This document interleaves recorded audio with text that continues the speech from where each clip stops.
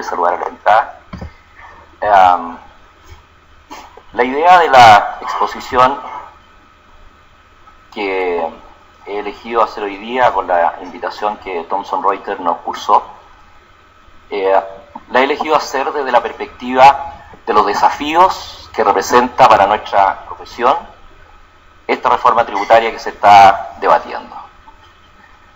Y la presentación, que lamentablemente tiene media hora, porque por Dios que hay cosas que hablar respecto de la reforma, la vamos a basar en estas tres ideas preliminares que debemos tener en cuenta. La primera es reconocer que estamos frente a un debate de normas tributarias, pero efectivamente, como alguien lo dijo por ahí y dolió mucho la crítica que hizo, de verdad es un cambio anunciado. Esto no es una cosa que apareció en marzo y que 20 días después ya estaba listo el proyecto. En mayo-junio del año 2013, la actual presidenta en su página web oficial puso cuáles eran los temas que ella iba a reformar, y la verdad es que si uno compara ese trabajo con lo que apareció ahora, en un 90% los temas estaban todos anunciados. Eso dio lugar a que con esos títulos, porque obviamente eran títulos, eran líneas de acción, con esos títulos y una explicación de una línea, que era lo que correspondía para esa época, nosotros en la Universidad Católica, en la Facultad de Derecho, en el Magíster en Derecho UC, eligiéramos proponer a los alumnos que ya estaban por egresar, realizar un trabajo investigativo en términos de analizar cada uno de los temas que la actual presidenta estaba proponiendo como cambios, y tomamos un grupo de 44 alumnos del Magíster en la mención en Derecho Tributario y le asignamos un tema a trabajar de investigación. Trabajaron todo el segundo semestre, entrevistaron a los que estaban en ese minuto claramente involucrados en el trabajo de la reforma, quienes estuvieron muy abiertos a contestar todas las preguntas, y terminamos, ¿cierto?, decidiendo incluso hacer la publicación que ustedes van a recibir, entiendo, por asistir hoy día a este desayuno. Y lo que está en el libro son las conclusiones, básicamente, y una compilación de los trabajos, porque cada uno de los grupos, respecto a los temas, la verdad es que hicieron 80 páginas del trabajo, que las compilamos en 20 cada uno para poder sacar un libro leíble, digamos. Hay otro autor, Thomson Reuters está por sacar otro libro la próxima semana, que se llama Los desafíos en tiempos de reforma, del autor Gonzalo Vergara y Gloria Flores, dos abogados que trabajaron también el tema de dónde vienen los impuestos a la renta, entender de dónde nacen, y que cuando los vayamos a modificar le demos una coherencia y una armonía a las normas para no seguir enredando nuestra ley de la renta. Así es que la verdad es que los temas estaban anunciados, y hoy día tenemos un debate que la conclusión a la que yo llego es que ojalá este debate sea permanente y no solo en estos periodos premundialistas. Simplemente es como que los jugadores de la selección chilena solo entrenaran y jugaran fútbol 6 meses antes de ir al mundial. Estamos así los tributaristas. Yo creo que hace mucha falta de reflexión, porque no nos hemos puesto de acuerdo en cuestiones básicas que van a aparecer aquí en mi presentación. Por lo tanto, frente a este tema, la pregunta es, bueno, ¿nos resistimos a esta reforma o aportamos? Nosotros elegimos, tanto en la universidad, con el trabajo que hicimos, con la coautora del libro, Sandra Edo, ¿cierto?, decidimos aportar. Y en esta presentación también el espíritu es de aporte, no es un espíritu de crítica. La reforma está y lo que queremos es aportar para que salga lo mejor posible y que tengamos cada vez un sistema tributario mejor pensado y mejor elaborado. ¿Qué es lo que vamos a buscar, cierto, en este gran desafío? La armonía y la coherencia en las normas.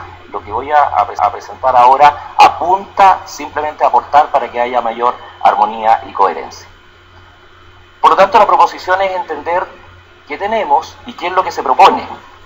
Y si pensamos hacia dónde caminamos en lo que se está proponiendo, la verdad es que después de leer la reforma tributaria con detalle, terminamos concluyendo, a lo que arribamos, con todo el equipo de la oficina que me ayuda a estudiar estas cosas, arribamos a que se vislumbran 3 grandes grupos del sistema tributario.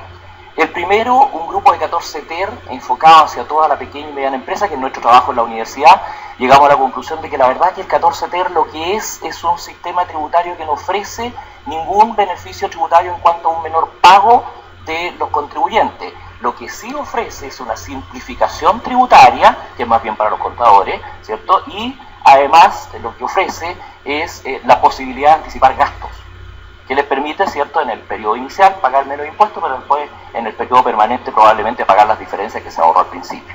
Probablemente por eso la pequeña y mediana empresa resiste un poco este sistema, porque pareciera ser, si uno hace un análisis, que a lo mejor el 14 bis podría haber sido el sistema más favorable para haber dejado la ley, pero lamentablemente el 14 bis habría que cambiar los artículos, porque por Dios que está desprestigiado como número, digamos.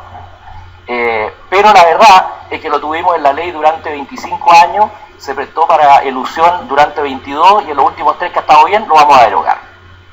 Ahí está.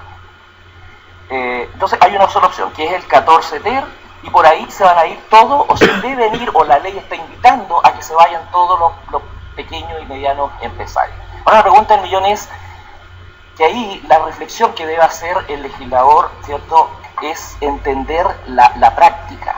¿Ya? Yo tengo una sola inclinación que voy a reconocer en esta exposición. Voy a hablar desde la perspectiva de los profesionales contadores auditores. Porque hay que entender que el contador, ¿cierto?, sobre todo el contador de la pyme, es un contador que no tiene la preparación de los alumnos que nosotros vemos, no cuando llegan, cuando salen de nuestro magíster. No tienen la preparación.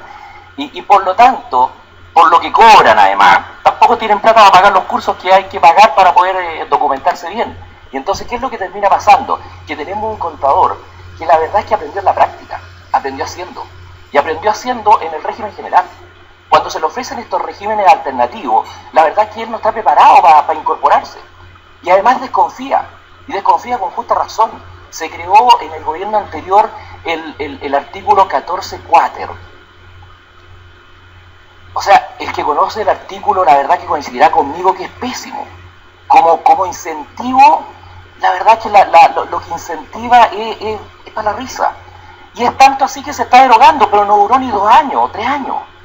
Entonces, ¿cómo un segmento de contadores que la verdad es que no es preparado al nivel de lo que uno desearía, va a estar confiando en regímenes que se le ofrecen cuando ni siquiera somos permanentes en la norma como para demostrar que lo que hicimos fue impensado?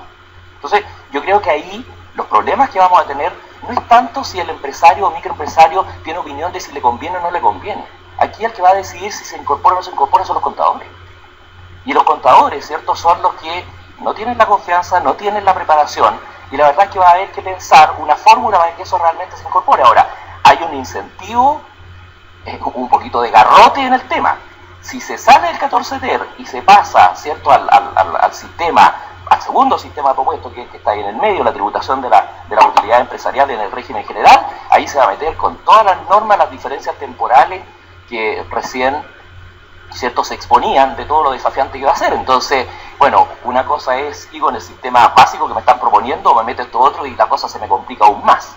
Entonces, ahí hay caminos que empiezan a aparecer. Y en el camino de las pymes, ¿cierto?, está el desafío de que la persona que es responsable requiere de un apoyo que nunca hemos sido capaces de darlo. No solamente a la pyme, yo no me voy a meter en la parte económica, el análisis, yo estoy hablando del profesional. El profesional que no tiene el entrenamiento, ¿cierto?, como para abordar con fluidez la forma como se incorpora al sistema. Si uno lee las normas, hay que dominar re bien food para poder meterse al 14 ter. Pero después cuando me salgo, además, toda una complicación también.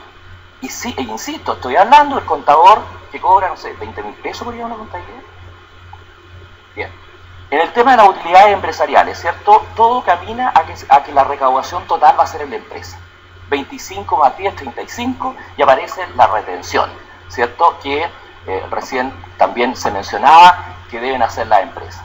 Una complicación técnica que no sé por qué elegimos meternos en ella. ¿Por qué no la llamamos impuesto derechamente? ¿Qué es una retención? ¿Es una cuenta por cobrar? ¿Es una disminución de patrimonio?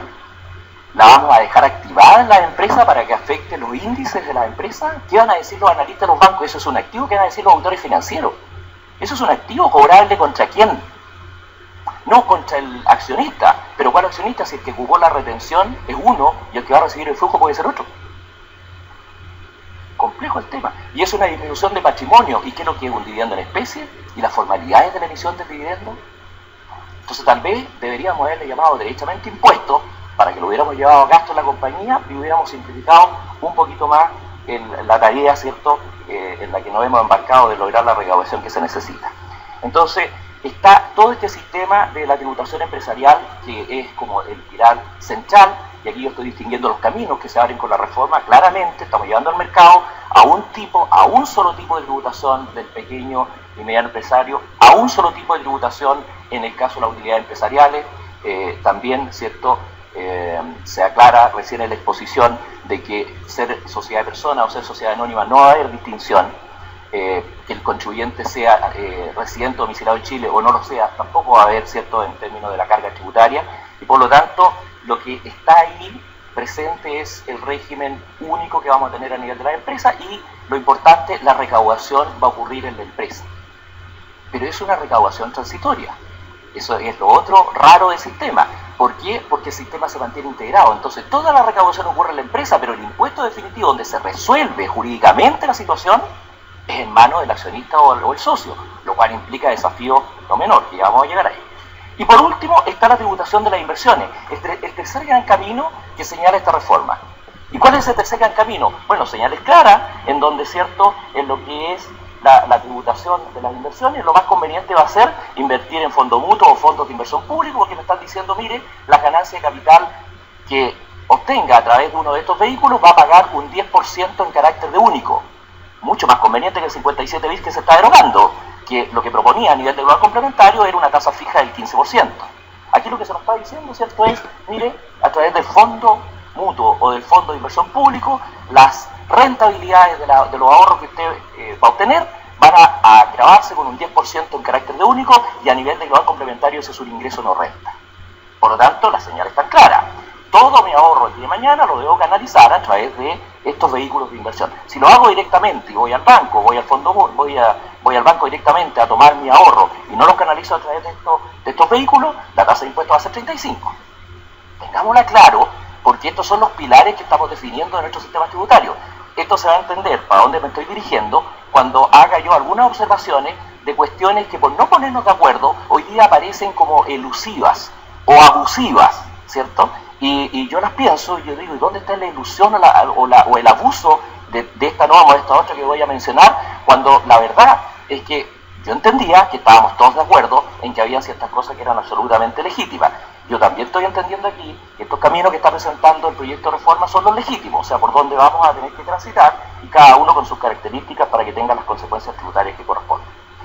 Normas que deben ser corregidas en esta reforma, a raíz, ¿cierto?, de lo que vemos en términos de que este proyecto es tremendamente ambicioso. Se hace cargo, por un lado, de los 3 puntos del PIB que tiene que lograr, pero pareciera ser que se tomó un checklist, ¿cierto?, respecto de operaciones que el Servicio de Impuestos Internos tenía el deseo de corregir, y también se incorporaron, ¿cierto?, dentro de la norma, y quedó una cosa tremendamente compleja. Pero lamentablemente, según mi visión, el checklist, ¿cierto?, solo operaba en contra del contribuyente y no a favor del contribuyente. Y pongo aquí un ejemplo. Se sigue manteniendo la limitación al sueldo empresarial. ¿Qué sentido tiene hoy día limitar el sueldo empresarial al monto de la 72,3 UF? A lo mejor en algún momento tenía sentido, ¿cierto?, porque yo podía llevar a gasto una partida con un impuesto único al trabajo menor que el 20% que pagaba la compañía, y por lo tanto ahí sacaba algunas diferencias tributarias, pero hoy día, ¿cómo la puedo sacar? Si yo me fijo un sueldo de 72,3 UF o de un poco más, de la cifra que ustedes quieran, lo que no pago por impuesto único lo termino pagando igual porque la renta me la atribuyen. Pero ojo, recordemos que todo eso va al global. Por lo tanto, en el global complementario nivelo cualquier diferencia que yo podría haber sacado punta al lápiz durante el proceso de cálculo. Hoy día se debe liberar el sueldo empresarial a lo que el empresario se quiera poner, porque lo que va a pagar en impuesto único es exactamente lo mismo que va a pagar por la renta atribuida en el global complementario. Entonces, esta norma no tiene sentido, no es armónica, no es coherente, que es el aporte que queremos hacer. Ahora, ¿esto se vincula con qué? Con que, por otro lado, la ley dice que puede el Servicio de Impuestos Internos cuestionar la renta atribuida, ¿cierto?, a nivel de los socios, pero es que muchas veces la distorsión se genera precisamente porque no se pueden poner el sueldo que le corresponde pagar al socio que está ejerciendo diariamente la actividad. Entonces, además, esto no es armónico con la norma, ¿cierto?, de antielusiva respecto de asignaciones de renta atribuida que puede hacer el servicio. Otro tema que se echa de menos, en un sistema como el que se está implementando, debió haberse reestudiado todas las normas de provisiones. Nosotros vamos a irnos a un sistema donde el impuesto se paga de inmediato y de manera definitiva. Por lo tanto, aquí no hay forma de que si yo pagué por una ganancia que le faltaban gastos, no hay forma de revertir eso. Pongo ejemplo. ¿cierto? En las normas de IFRS, todo el tema de los gastos de remediación ambiental que una empresa tiene que incurrir una vez que ha terminado su proyecto, una vez que se le han generado todos sus resultados, ¿cierto? Pudieron haberse previsto antes con una provisión y haberla ingresado, ¿cierto?, en los resultados de las compañías. Nosotros no tenemos norma tributaria que nos permita hacer provisiones de estimaciones que, por muy ciertas que sean, no están permitidas. Entonces, todos los gastos de remediación que haga una empresa una vez que ha terminado un proyecto, sabiendo que no va a generar más ingresos, no las puede anticipar. Y va a tener que reconocer la utilidad, tributarla a nivel de la empresa y a nivel de los socios, que es lo definitivo, y después se le va a generar el gasto, y el gasto no tiene dónde imputarlo. Porque el gasto ya, la pérdida tributaria ya no se imputa para atrás, que era la forma como regulábamos los problemas que tenía la norma en la correlación ingreso, costo y gasto.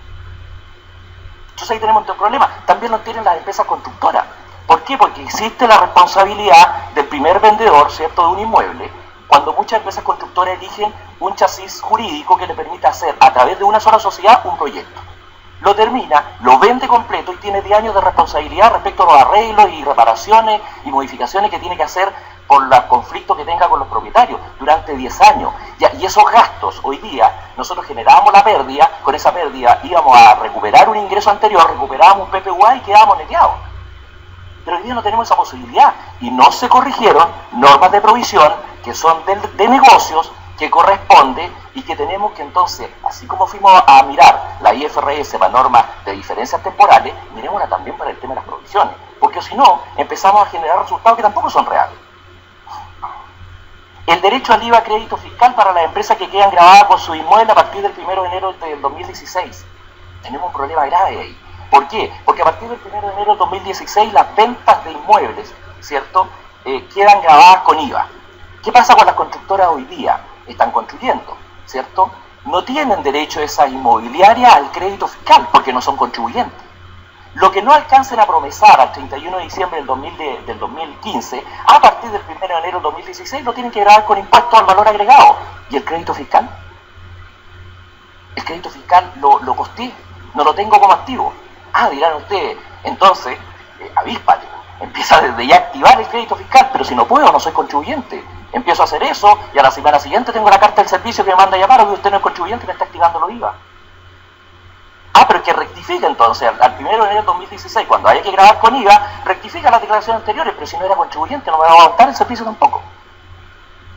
Entonces tengo el problema que hoy día tengo un proyecto que estoy desarrollando desde el punto de vista inmobiliario y no sé si el proyecto va a ser rentable o no, porque va a depender de las ventas que alcance a promesar antes del 31 de diciembre del 2015. Y eso no es razonable para un negocio tan sensible como la construcción, que en este minuto está pensando respecto a estos conflictos para poder decidir el rodaje de sus futuros proyectos.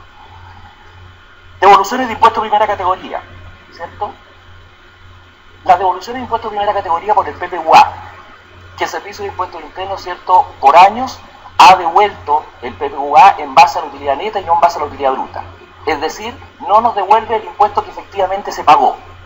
Tendrá sus interpretaciones, pero ¿por qué no corregirlo de inmediato para que lo dejemos claro? Si yo pago tanto impuesto de primera categoría y después tengo derecho a recuperarlo, dejémoslo claro en la ley, que me devuelvan lo que yo pagué. No la diferencia sobre una utilidad neta y no una utilidad bruta. Entre paréntesis, el tema de la utilidad neta y la utilidad bruta del FUT neto sigue presente. ¿Por qué? Porque tal como se explicaba recién, el acceso al FUT va a depender de los flujos que yo retire, porque la utilidad que se tributa es la atribuida, pero los flujos van a ser relevantes para definir en qué momento salto al FUT para poder llevármelo. Claro, pero salto al FUT sobre la base del flujo que salió neto o bruto. Nuevamente empiezo con el problema. ¿Cuántas veces hemos dicho desde la universidad, modifiquemos la ley para que el impuesto de primera categoría se rebaje de la utilidad bruta en el primer año, no en el segundo año cuando se paga? Si el impuesto, ¿habrá algún gasto más seguro que el pago del impuesto en Chile? Entonces rebajémoslo sobre base provisional y quedamos al tiro con las utilidades netas y solucionamos el tema, para que no tengamos este conflicto, ¿cierto?, de seguir discutiendo si lo que estamos repartiendo son utilidades brutas o netas. A corregirlo también en la ley. El plazo a presentar la declaración. Vamos a hacer tributación sobre base atribuida. Perfecto. Yo tengo participación en 12 sociedades. Basta que una no termine la contabilidad, ¿cierto?, al día 28 de abril, que muchas no la terminan, ¿cierto?, y yo no puedo presentar mi declaración de impuesto personal, porque hay una renta atribuida que me falta. ¿Cuál es la sugerencia aquí? Dejemos la declaración de impuesto en abril para la empresa y en mayo para los socios. El fisco además, la plata ya la tiene recaudada, si ya vimos que la recaudación va a ser de la empresa, 25 más 10. Así que, ¿cuál es el motivo de no darnos un mes más de plazo para poder trabajar como los humanos? ¿Cierto? Entonces, el tema es muy sencillo.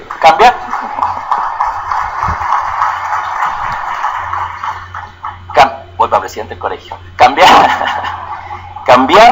Cambiar a mayo es una cuestión de...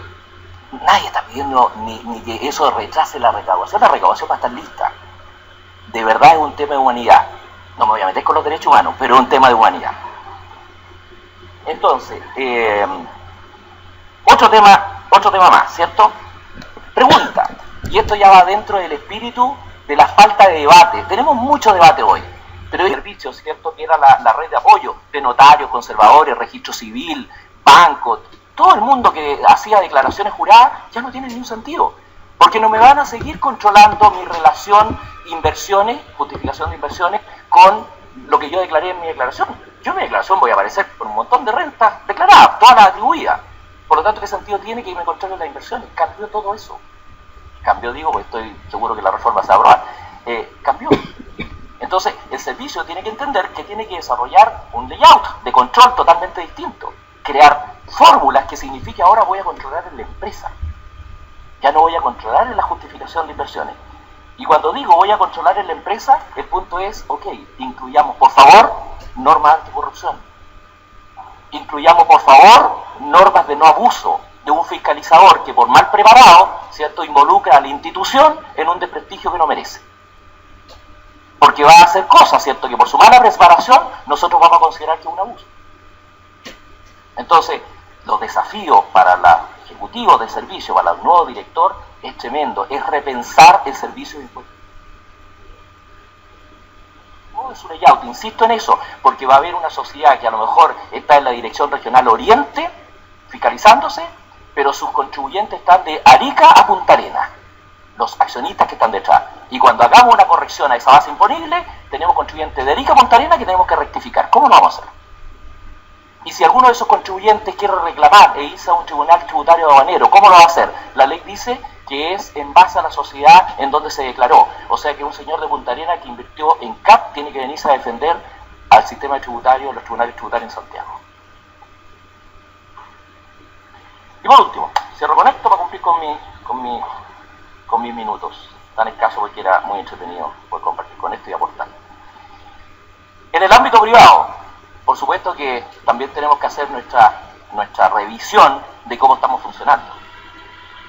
Si los que nos dedicamos a la asesoría, si la Big Four no quieren hacerse famosa, todo el mundo que nos toca hacer cálculos, ¿cierto?, de las bases imponibles tributarias, si no queremos hacernos famosos con todos los accionistas, de invitarlos a rectificar todos los años su declaración de impuestos, empecemos a ocuparnos de que esos profesionales sean expertos tributarios. La Católica los puede recibir, por supuesto, va a ser el programa. También Thomson Reuters, que dicta muy buenos cursos. Pero no van a dar abasto. No van a dar abasto, así que todos los que dictan cursos debieran llenarse de personas estudiando. Y nosotros, los que lideramos proyectos de asesoría profesional, tenemos que hacer que nuestra gente se capacite, que se desarrolle, porque ahora vamos a quedar al descubierto. Las cosas que hagamos mal se van a enterar todos los accionistas, porque les va a llegar el dato que tienen que rectificar su declaración. Y este año de nuevo, sí, ¿quién es el angelito que está determinando los impuestos? Entonces, el desafío no es solamente para el servicio de impuestos internos, de ocuparnos de hacer las cosas bien y estudiar, sino que el sector privado. La incorporación de la IFRS al FUA, claro, en materia tributaria, tenemos que dominar todo el tema IFRS perfecto. ¿Cuántas veces nos toca ver, ¿cierto?, en el ámbito del ejercicio profesional, cómo todo el mundo se pelotea en la determinación de los impuestos diferidos, pero no lo quieren determinar los auditores financieros, tampoco lo quieren determinar los auditores tributarios? Y ahí está, peloteo para allá, peloteo para acá, porque nadie se quiere matricular. Se acabó el peloteo. Los tributaristas van a tener que asumir, ¿cierto?, toda la normativa IFRS porque nos toca defenderla ante el servicio de impuestos internos.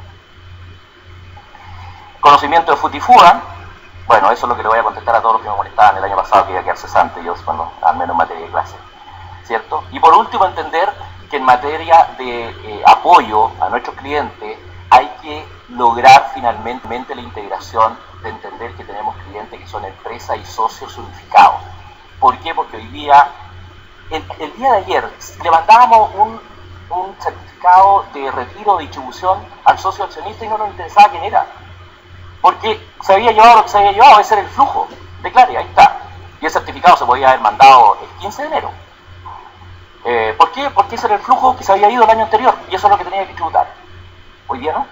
Hoy día es directamente lo que se determinó en la empresa, es el efecto en ese socio. Y cada vez que modifique la empresa tengo que ocuparme cuál es el efecto en cada uno de los socios. Por lo tanto, tenemos que terminar con esta especificación de querer asesorar a la empresa como una unidad y los socios no me interesan. Yo creo que corresponde hoy en día entender que la unidad tributaria es una sola y que debemos dominar, ¿cierto?, el tema del impuesto a la renta de manera integral, porque si no, no va a funcionar. Porque lo que hacemos en la primera parte son simples anticipos y el impuesto definitivo es el que todavía sigue en manos de los socios y el gente. Muchas gracias.